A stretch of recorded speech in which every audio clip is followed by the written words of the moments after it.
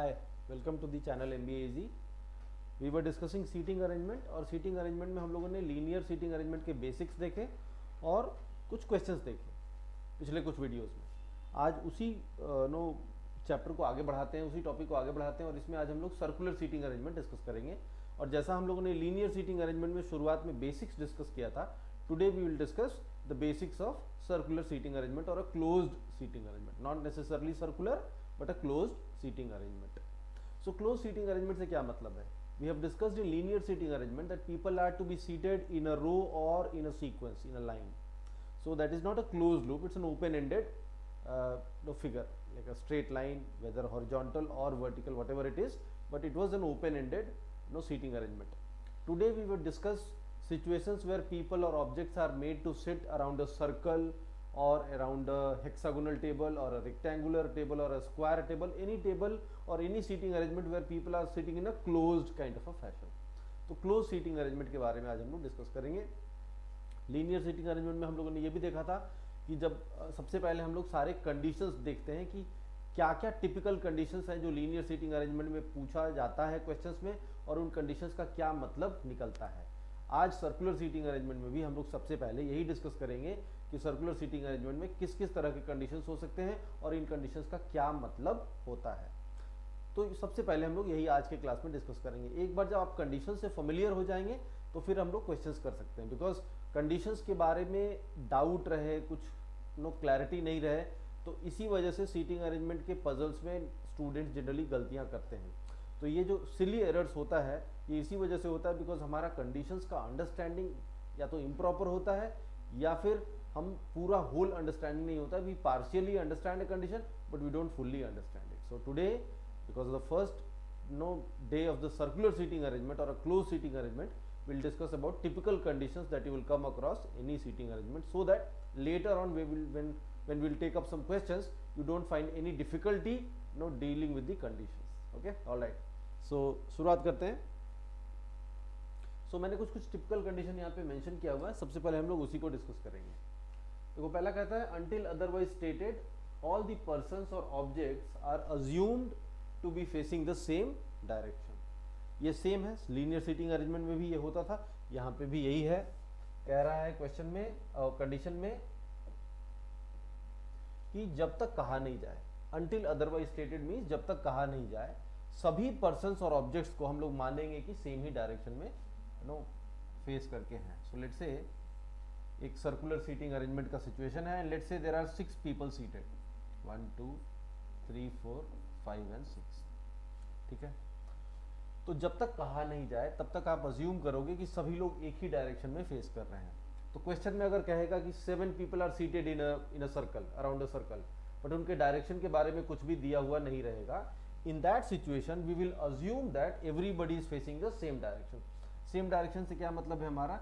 या तो सब के सब इनवर्ट्स देख रहे हैं, अंदर की तरफ देखेंगे, है ना, या सब के सब बाहर की तरफ देखेंगे। आप दोनों में से कुछ भी ले सकते हो, उससे कोई फर्क नहीं पड़ेगा। सबके सब आउटवर्ड भी हो सकते हैं, सबके सब इनवर्ड्स भी हो सकते हैं। आप ऐसा ले लो चाहे ऐसा ले लो, उससे कोई फर्क नहीं पड़ेगा, you get the same answer. But as a norm जब भी हम लोग एक टेबल के अराउंड बैठे होते हैं तो we look towards each other. हम लोग इस तरह से बैठते हैं तो we will assume this case, will work on this case rather than this case. ऐसे भी करेंगे तो आंसर वही आएगा, बट हम लोग ऐसे मानेंगे बिकॉज नॉर्मली जब हम लोग बैठते हैं तो टेबल के अराउंड तो हम लोग एक दूसरे की तरफ फेस करके ही बैठते हैं। तो will take this whenever there is nothing mentioned about the direction in which people are facing. तो ये हमारा अंडरस्टैंडिंग होगा। अगर मान लीजिए इफ सपोज क्वेश्चन में कह देगा कि some people are facing towards the center, some people are facing away from the center, अगर ऐसा कह देगा तो ये assumption वैलिड नहीं होगा। तब हम लोगों को उनको बिठाना भी होगा, प्लस उनका डायरेक्शन भी आइडेंटिफाई करना होगा कि वो अवे फ्रॉम द सेंटर है या फिर टुवर्ड्स द सेंटर फेसिंग है। तो जब तक क्वेश्चन में डायरेक्शन के बारे में ना कहा जाए तब तक हम लोग इनको एक ही डायरेक्शन में बैठा हुआ अज्यूम कर सकते हैं।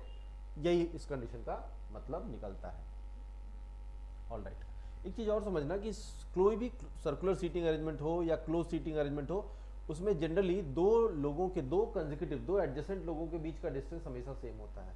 सो लेट्स से अगर दो लोग बैठेंगे तो 2 लोग को हम लोग इस तरह से बिठाएंगे आमने सामने, है ना। इसी तरह से अगर 4 लोग बैठेंगे तो इस तरह से बैठेंगे 4 लोग। So all the persons are symmetrically spread around the circumference of the circle, है ना। अगर मान लो 5 लोग हैं तो 5 लोग हैं तो फिर इक्वल डिस्टेंस पे होगा, 1 2 3 4 एंड 5 इक्वली स्पेस्ड। जितने भी लोग होंगे सब लोग इक्वल डिस्टेंस पे बैठेंगे, ऐसा ही हम लोग मान के चलेंगे। ओके, सेकंड चीज कहता है left and right in seating arrangement. Seating arrangement में लेफ्ट किधर होगा, राइट किधर होगा। हम लोगों ने देखा था लीनियर सीटिंग अरेंजमेंट में भी कि जब भी बहुत सारे कंडीशन आपको ऐसे मिलेंगे जहां पे लिखा रहेगा A is 3 places to the left, B is 4 places to the right. तो लेफ्ट और राइट का अंडरस्टैंडिंग हमारा एकदम क्लियर होना चाहिए। तो कैसा होगा, जैसे अगर सब लोग अंदर की तरफ फेस कर रहे हैं, तो अब देखो ये अंदर की तरफ फेस कर रहे हैं तो ये लेफ्ट होगा और ये राइट होगा। So this direction is left and this direction is right. So as you can see ये जो डायरेक्शन है, ये डायरेक्शन क्या है, this is clockwise. So clockwise is left and right, ये जो डायरेक्शन है this is anti clockwise. So anti clockwise is right. Left clockwise, right anti clockwise. जब लोग किधर हो, अंदर की तरफ हो। जब लोग बाहर की तरफ देखेंगे, बाहर की तरफ देख रहे हैं तो ये लेफ्ट हो जाएगा, ये राइट हो जाएगा। सो this direction is left, this direction is right. तो अब लेफ्ट और राइट का जो सेंस है वो बिल्कुल उल्टा हो गया, रिवर्सेस, है ना। सो अब लेफ्ट का मतलब है एंटी क्लॉकवाइज और राइट का मतलब है clockwise. So the sense of left and right reverses depending on people, whether people are facing towards the center or away from the center. I hope left और right में सब कुछ clear है। कुछ और typical condition देखते हैं। देखो क्या कहता है, all the positions are identical in a circular seating arrangement. Again ये बहुत सिंपल सी बात है। जैसे अगर हम लीनियर सीटिंग अरेंजमेंट करते थे, एग्जाम्पल से समझो, and let's say some all the people are facing towards north, ये लीनियर सीटिंग अरेंजमेंट था। और यहीं पे अगर हम लोग सर्कुलर सीटिंग अरेंजमेंट ले लें, जहाँ पे लेट से 6 लोग बैठे हैं, ऐसा everybody is facing towards the centre, let say. इस कंडीशन का मतलब क्या है, इस कंडीशन का मतलब ये है कि जैसे लीनियर में सारे पोजीशन आइडेंटिकल नहीं है। आप ए को यहाँ बिठाओगे तो ए लेफ्ट मोस्ट प्लेस पे बैठेगा। अगर हम ए को यहाँ बिठाते हैं तो वो मिडिल में बैठ रहा है। अगर मैं ए को यहाँ बिठा रहा हूँ तो वो राइट मोस्ट प्लेस पे बैठा है। यहाँ बिठाऊंगा तो लेफ्ट से एक प्लेस छोड़ के बैठा है। तो सारे पोजीशन अलग अलग हैं। ये लेफ्ट मोस्ट है, ये लेफ्ट मोस्ट से एक प्लेस राइट है, ये 2 प्लेस राइट है, ये राइट मोस्ट से 1 प्लेस लेफ्ट है, ये राइट मोस्ट है। So all the places are different from each other. In circular seating arrangement सारे पोजीशन आइडेंटिकल होते हैं। कोई भी सिमेट्रिकल शेप के अराउंड जब हम लोगों को बैठाते हैं, ऑब्जेक्ट को बिठाते हैं, तो ये सारे के सारे पोजीशंस आइडेंटिकल होते हैं। क्या कहने का मतलब है, जैसे देखो एक एग्जांपल से समझो। अगर आप ए बी सी डी ई ऐसे बिठाओगे, A B C D and E, this is one arrangement. इसको एक एक शिफ्ट कर दो, A B C D and E यहाँ कर दो, ये डिफरेंट अरेंजमेंट है। दोनों अरेंजमेंट अलग अलग, बिकॉज यहाँ ए लेफ्ट मोस्ट था, यहाँ ए लेफ्ट मोस्ट नहीं है, यहाँ ई राइट मोस्ट था, यहाँ ई लेफ्ट मोस्ट है। So all these positions are different, all these arrangements are different. इसको एक और शिफ्ट कर दो, तो ए बी सी डी ई, ये अलग अरेंजमेंट हो गया। सो ये सारे अरेंजमेंट अलग अलग हैं, लेकिन सर्कुलर में ऐसा नहीं होगा। देखो A B C D E and F, आपने ऐसा किया। अब इसको एक एक शिफ्ट कर दो, घुमा दो, तो आप यहाँ पे कर दो अब A B C D E and F. ये दोनों के दोनों अरेंजमेंट सेम है। यहाँ से भी अगर हम लोग ए से शुरुआत करें और क्लॉकवाइज जाएं तो ए के बाद बी आएगा, सी आएगा, डी आएगा, ई आएगा, एफ आएगा। सेकेंड केस में भी देखो, ए से क्लॉकवाइज चलो, बी आएगा, सी आएगा, डी आएगा, ई आएगा और फिर एफ आएगा। So both the arrangements are same. तो मैं ए को यहाँ बिठाऊँ चाहे यहाँ बिठाऊँ, उससे कोई फर्क नहीं पड़ता है, एज लॉन्ग एज इनका रिलेटिव पोजिशन आपस में चेंज नहीं हो रहा है। ए से स्टार्ट करके क्लॉकवाइज जैसा पहले वाले में आ रहा है, वही सीक्वेंस ए से क्लॉकवाइज बाहर वाले में भी आ रहा है। इसका मतलब दोनों अरेंजमेंट सेम है, तो कोई फर्क नहीं पड़ता मैं ए को यहाँ बिठाऊँ, यहाँ बिठाऊँ, यहाँ बिठाऊँ, एज लॉन्ग एज ए से स्टार्ट करके क्लॉकवाइज चलूँ तो B C D E F आता रहे, तो मेरे सारे अरेंजमेंट क्या हो जाएंगे, सेम हो जाएंगे। सो यहाँ सर्कुलर सीटिंग अरेंजमेंट में नो सारे पोजीशन क्या है, आइडेंटिकल है, कोई यहाँ बिठाए, यहाँ बिठाए, यहाँ बिठाए, यहाँ बिठाए, उससे कोई फर्क नहीं पड़ेगा। ओके, देन फिर क्या कह रहा है, A is 3 places away to the left of B. ये भी एक टिपिकल सा कंडीशन है। जैसे मान लो ये सब हम लोगों ने seating arrangement, linear seating arrangement में भी ये सब कंडीशन देखे थे, तो कुछ अलग नहीं है। A is 3 places away to the left of B. मैंने अभी ये बताया था कि सर्कुलर सीटिंग अरेंजमेंट में सारे पोजीशन आइडेंटिकल होते हैं, तो पहले पर्सन को बिठाने के लिए कुछ सोचने की जरूरत नहीं होगी। पहला पर्सन को आप कहीं भी बिठा सकते हैं, तो आप पहले पर्सन को बिठा दीजिए। लीनियर सीटिंग अरेंजमेंट होता तो मुझे सोचना पड़ता बी को कहाँ बिठाएं, लेफ्ट में बिठाएं कि 1 प्लेस राइट बिठाएं कि 2 प्लेस राइट बिठाएं, बट यहाँ पे हमें कोई ऐसा प्रॉब्लम नहीं है, सो मैंने बी को बिठा दिया। A is 3 places to the left of B, B को बिठा दिया। अब उससे 3 प्लेस लेफ्ट कौन होगा, ए होगा। सो लेफ्ट का मतलब ये डायरेक्शन, अगर लोग अंदर की तरफ बैठे हैं तो ये लेफ्ट होगा। सो 1 2 3, तो यहाँ कौन आ जाएगा, ए आ जाएगा। So A is 3 places to the left of B, मतलब बी से 3 प्लेस लेफ्ट काउंट करेंगे, 1 2 3 इस तरीके से। कहने का मतलब कि बीच में कितने लोग होंगे, 2 लोग होंगे। जब भी 3 प्लेसेस अवे होगा बीच में 2 लोग, 4 प्लेसेस अवे तो बीच में 3 लोग, 1 2 प्लेसेस अवे तो बीच में 1 लोग, 1 प्लेस अवे मतलब बीच में कोई भी नहीं होगा। So in general n places to the left और राइट मीन्स बीच में कितने होंगे, n-1 पर्सन होंगे। चलो कुछ और कंडीशंस देख लेते हैं। कहता है A is 2 places away from B. Now ये थोड़ा अलग है, पिछले वाले से थोड़ा सा अलग है, इसलिए क्योंकि वहां पे लेफ्ट राइट दे दिया था, यहाँ सिर्फ क्या बोला है, अवे। ऐसा हम लोगों ने लीनियर में भी देखा था। देखो अगर हम लोग बी को बिठा दें यहाँ पे, सर्कुलर में एक पर्सन को बिठाने के लिए सोचना नहीं है, कहीं भी बिठा सकते हैं। अब ए उससे क्या है, 2 प्लेसेस अवे है। अवे का मतलब बोथ लेफ्ट एंड राइट होता है, हम लोगों ने लीनियर में भी देखा था।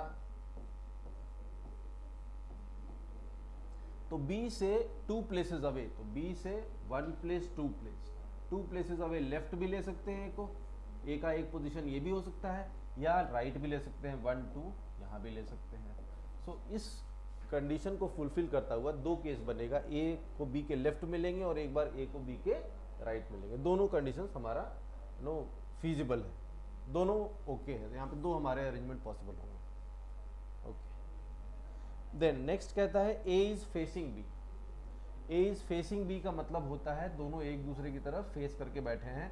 तो मान लो एक एग्जांपल लेता हूँ, ऐसा सपोज 8 पीपल आते हैं, 8 लोग। ए इज फेसिंग बी का मतलब होता है ए और बी एक दूसरे की तरफ नो फेस करके बैठे हैं, इसका मतलब है ये लोग डायमेट्रिकली ऑपोजिट हो गए।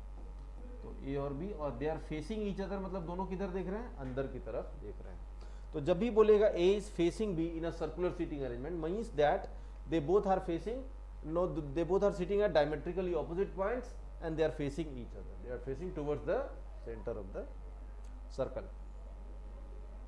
एक चीज मैं यहाँ पे और नोट करना चाहूंगा कि कभी कभी सर्कुलर सीटिंग अरेंजमेंट में कुछ ऐसा भी दे देगा condition, A is to the left of B,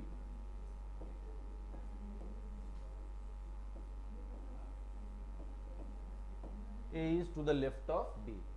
और ऐसे कंडीशंस में लीनियर सीटिंग अरेंजमेंट में हम लोगों ने देखा था, जैसे मान लो कि 5 लोग को बिठाना था लीनियर में, और लेट से बी यहाँ बैठा है मान लेते हैं, और ए इसके लेफ्ट में है, तो लेफ्ट में यहाँ भी हो सकता है, यहाँ भी हो सकता है, यहाँ भी हो सकता है। तो ए के बैठने के हमारे 3 पॉसिबल पोजीशंस थे। A could have sit at 3 different places, there are 3 possibilities for A to sit. But अगर सर्कुलर सीटिंग अरेंजमेंट होगा तो ये एक डिपार्चर है, लीनियर और सर्कुलर में ये एक डिपार्चर है कि अगर सपोज करो सर्कुलर सीटिंग अरेंजमेंट में ऐसा कंडीशन दे देगा, हालांकि अब ऐसा देता नहीं है, इसमें एम्बिग्युइटी होता है, बट इन केस अगर ऐसा देगा A is to the left of B, तो आपने सपोज बी को यहाँ रखा, तो बी के लेफ्ट में ए को बिठाना है, तो अगर लेफ्ट में ऐसे इस ये कॉन्सेप्ट लगाएं, ये इससे अगर हम लोग डिराइव करें यहाँ पे आइडिया, तो बी के लेफ्ट में कहीं भी हो सकता है, यहाँ भी अगर हम लोग बी के लेफ्ट में कहीं भी लेंगे तो यहाँ भी ले सकते हैं, यहाँ भी, यहाँ भी, यहाँ भी, कहीं भी ले सकते हैं। अल्टीमेटली इवेंचुअली हम किधर पहुँच जाएंगे, राइट में पहुँच जाएंगे। ऐसे चलते चलते बी के लेफ्ट से चलते चलते we will reach to the right of B. तो ये तो फिर कंफ्यूजन हो जाएगा कि ए जो है बी के लेफ्ट में हुआ या राइट में हुआ। तो जब लीनियर सीटिंग अरेंजमेंट होता है तो लेफ्ट का मतलब कहीं भी लेफ्ट होता है और राइट का मतलब कहीं भी राइट होता है। लेकिन जब सर्कुलर सीटिंग अरेंजमेंट होता है तो लेफ्ट का मतलब हम लोग इमीडिएट लेफ्ट ही मानते हैं और राइट का मतलब इमीडिएट राइट ही मानते हैं। तो यहाँ पे एक ही पोजीशन आएगा, वो है इमीडिएट लेफ्ट। हम लोग 2 प्लेसेस 3 प्लेसेस लेफ्ट नहीं लेते हैं जैसा कि हम लोग लीनियर में लेते हैं। So this is one departure from linear seating arrangement. In linear seating arrangement left और right means any place to the left, any place to the right. In circular seating arrangement, left means immediate left and right means immediate right only. Okay, all right. चलो थोड़े बहुत और condition है, इनको भी देख लेते हैं। कहता है there are 2 persons between A and B when counted from the left of A. These are all self-explanatory, इसमें ज़्यादा कुछ है नहीं। मान लो 8 लोग हैं, हाँ, बोलता है there are 2 persons between A and B when counted from left of A. मान लो A को आपने यहाँ बिठा दिया। अब कहता है कि A के लेफ्ट से चले तो A और B के बीच में कितने लोग हैं? 2 लोग हैं। तो A के लेफ्ट से चलो 1 2, 2 लोग के बाद कौन आएगा? B आएगा। So there are 2 persons between A and B when counted from left of A. A के लेफ्ट से चलेंगे तो A और B के बीच में कितने लोग हैं? 2 लोग हैं। अगर A के राइट से चलें तो A और B के बीच में कितने लोग हैं? 4 लोग हैं। बट यहाँ पे बोला था when counted from left of A. A के लेफ्ट से चलेंगे तो 2 लोग के बाद फिर B आएगा। सो बहुत सिंपल है, समझ में आ रहा है। नेक्स्ट कहता है out of 6 persons A to F, no 2 of A, B and C are adjacent to each other.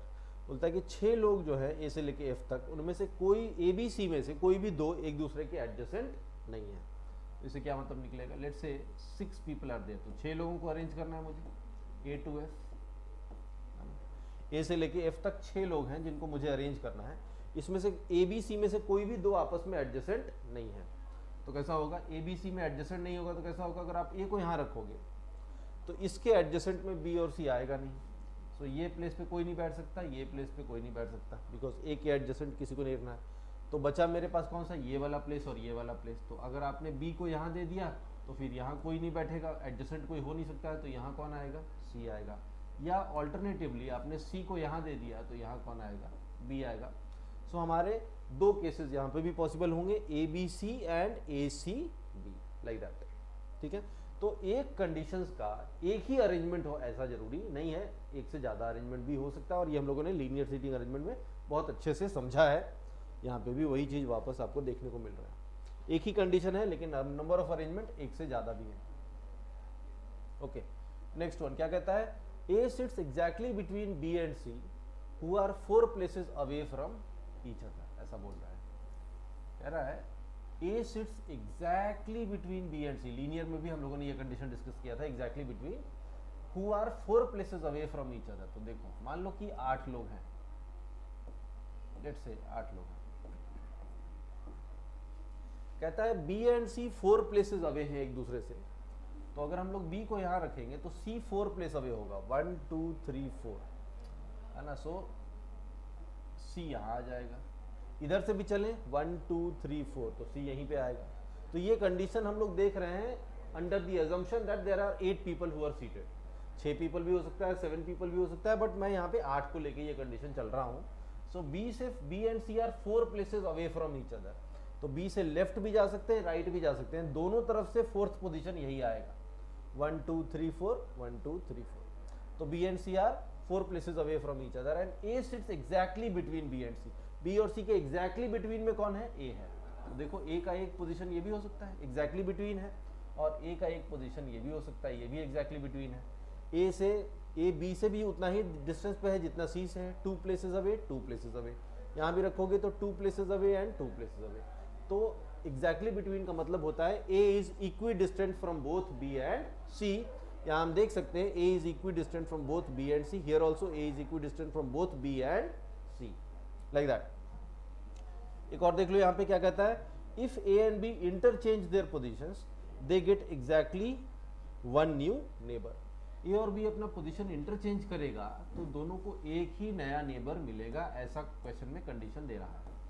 अब देखो इधर A और B अपना पोजीशन इंटरचेंज करेगा तो दोनों को कितना नेबर मिलेगा? एक एक नया नेबर मिलेगा। तो इसको सेटिस्फाई करता हुआ कंडीशन कैसा होगा? कुछ ऐसा हो सकता है जैसे A और B एडजेसेंट हो और दोनों के लेफ्ट राइट में भी कोई बैठा हो। अब देखो यहाँ पे अगर हम लोग ए और बी का पोजीशन इंटरचेंज करा दें, मतलब कि यहाँ पे ए को डाल दें और यहाँ पे बी को डाल दें, यहाँ पे ए को डाल दें, यहाँ पे बी को डाल दें। अब देखो ए का नेबर पहले बी और सी था, ए का नेबर अभी भी बी है, तो नया नेबर कौन मिला? डी मिला, तो ए को एक नया नेबर मिल गया। बी का नेबर पहले भी ए था, बी का नेबर अभी भी ए है, तो बी को नया नेबर कौन मिला? सी मिल गया। सो इनके पोजीशन इंटरचेंज करने की वजह से they have got exactly one new neighbour, because एक नेबर तो ए का बी ही था पहले भी और बाद में भी, बी का भी एक नेबर ए पहले भी था और बाद में भी है, तो एक ही नया नेबर मिल रहा है। सो अगर ऐसा कुछ कंडीशन देगा, ये कंडीशन हम लोगों ने लीनियर में भी डिस्कस किया था, सेम कंडीशन सर्कुलर में भी आ सकता है। तो लीनियर और सर्कुलर सीटिंग अरेंजमेंट के कंडीशंस बहुत ज़्यादा एक दूसरे से डिफर नहीं करते, सेम ही रहते हैं। तो आप यहाँ पे देख सकते हो कि अगर ऐसा कंडीशन देगा तो इसका मतलब ये होगा कि ए और बी एडजेसेंट है और दोनों के लेफ्ट राइट पे कोई बैठा है। एक और पॉसिबिलिटी है, ध्यान से देखना, लीनियर में भी हम लोगों ने देखा था, इसमें कई सारे पॉसिबिलिटी थे, यहाँ पे भी इसमें भी कई सारे एक और अरेंजमेंट पॉसिबल हो सकता है। ए और बी अपना पोजीशन स्वैप करे तो दोनों को एक एक नया नेबर मिले। ऐसा भी हो सकता है कि ए और बी के बीच में कोई बैठा हो और दोनों के लेफ्ट राइट में भी कोई बैठा हो, है ना। अभी भी चेक करो, अगर ए और बी अपना पोजीशन स्वैप करेंगे तो ए का नेबर पहले सी और डी था, ए का नेबर अभी भी सी है, तो नया नेबर कौन मिला? ई मिला। Neighbours of B were C and D, after swapping C is still a neighbour of B, तो नया नेबर कौन मिला? डी मिला। तो बी का नेबर पहले भी सी था, बी का नेबर बाद में भी सी है, नया नेबर कौन मिला? डी मिला। तो अपना पोजीशन इंटरचेंज करने से दोनों को एक एक नया नेबर मिलेगा। ऐसा दो केस हो सकता है, ए और बी एडजेसेंट या ए और बी के बीच में कोई बैठा हो और फिर और भी लोग बैठे हों। इन दोनों केसेस में ये कंडीशन सेटिस्फाई हो जाता है। Okay okay, one more. A sits two places to the right of both B and C. A sits two places to the right of both B and C. Let's say 6 people are there. है ना। A दो place right है, किससे? B से भी और C से भी। तो मान लो B यहाँ है, अंदर की तरफ देख रहा है, तो B से दो प्लेस राइट कौन हो जाएगा? यहाँ पे A आ जाएगा, ये राइट होता है। तो B से राइट चलेंगे तो सेकेंड प्लेस पे A है, लेकिन ए बी से भी दो प्लेस राइट है और सी से भी दो प्लेस राइट है, तो सी को तो यहीं बिठाना पड़ेगा, तब तो सी से दो प्लेस राइट होगा, बट एक ही जगह दो लोग कैसे बैठेंगे? तो सी से दो राइट होने के लिए मुझे सी को यहाँ रखना होगा और सी किधर दिखेगा? Away from the centre. अब देखो सी से भी दो राइट और बी से भी दो राइट, तो हमारे ये दोनों कंडीशन पॉसिबल है। सी से भी दो राइट हो गया और बी से भी दो राइट हो गया। तो जब ऐसा कंडीशन देगा, इसका मतलब है कि बी और सी का डायरेक्शन सेम नहीं होगा, बिकॉज ए दोनों से सेकेंड राइट है, तो इसका मतलब है बी और सी का डायरेक्शन सेम नहीं होगा। एक अंदर की तरफ देखेगा तो दूसरा बाहर की तरफ देखेगा। एक और केस हो सकता है कि आप यहाँ सी को बिठा दो और यहाँ बी को बिठा दो। तो इस तरह से आपके कुछ टिपिकल कंडीशंस हैं जो आपको सर्कुलर सीटिंग अरेंजमेंट में दिखाई देगा। But remember, this is not an exhaustive list. इसके अलावा और भी बहुत सारे कंडीशंस हो सकते हैं जो क्वेश्चन सेटर के दिमाग में आएगा वो वहाँ पे डाला जा सकता है, but the conditions will be on the same lines. इसी तरह से कंडीशंस होंगे जैसा हम लोगों ने लीनियर सीटिंग अरेंजमेंट में डिस्कस किया था। जो भी कंडीशंस होंगे, किसी क्वेश्चन में 7 कंडीशन होगा, किसी में 6 कंडीशन होगा, किसी में ज़्यादा भी होगा, तो हम लोग उस कंडीशन से स्टार्ट करते हैं जहाँ पे number of cases, number of possible arrangement कम हो, है ना। एक कंडीशन में अगर मान लो 5 पॉसिबल अरेंजमेंट है, दूसरे कंडीशन में 3 पॉसिबल अरेंजमेंट है, किसी में एक ही पॉसिबल अरेंजमेंट होगा, तो हम लोग उसी से प्रिफरेबली स्टार्ट करेंगे। उससे हमारा जो टाइम लगेगा क्वेश्चन को सॉल्व करने का, पजल को सॉल्व करने का, वो कम लगेगा। आपने सपोज एक कंडीशन ऐसा देख लिया जिसमें कि एक ही पॉसिबल अरेंजमेंट है, आपने वो केस बिल्ड कर लिया, अब उसमें जो लोग बैठा दिया आपने, सपोज ए और बी को बिठा लिया, अब हम देखेंगे कि ए और बी से रिलेटेड कौन सा कंडीशन है, फिर हम लोग इस तरह से सारे कंडीशन को एग्जॉस्ट करते हैं। We utilise all the conditions, but the idea is to start from a condition where the number of possible arrangements are minimum possible, so that we don't have to work on too many cases, too many arrangements. That's the idea. तो वो कैसे questions होंगे, we will start in the next lecture. Few will take up some questions on circular or closed seating arrangement, and then we will demonstrate how to where to start from, which condition to begin with, how to look for another condition, which will be the what will be the next condition to look for. ये सारी चीज़ें जो problem solving techniques होते हैं, puzzle solving techniques होते हैं, this we will discuss in the next video by taking up a couple of questions. I hope you would have understood all the basic conditions. Thank you guys, thank you for watching.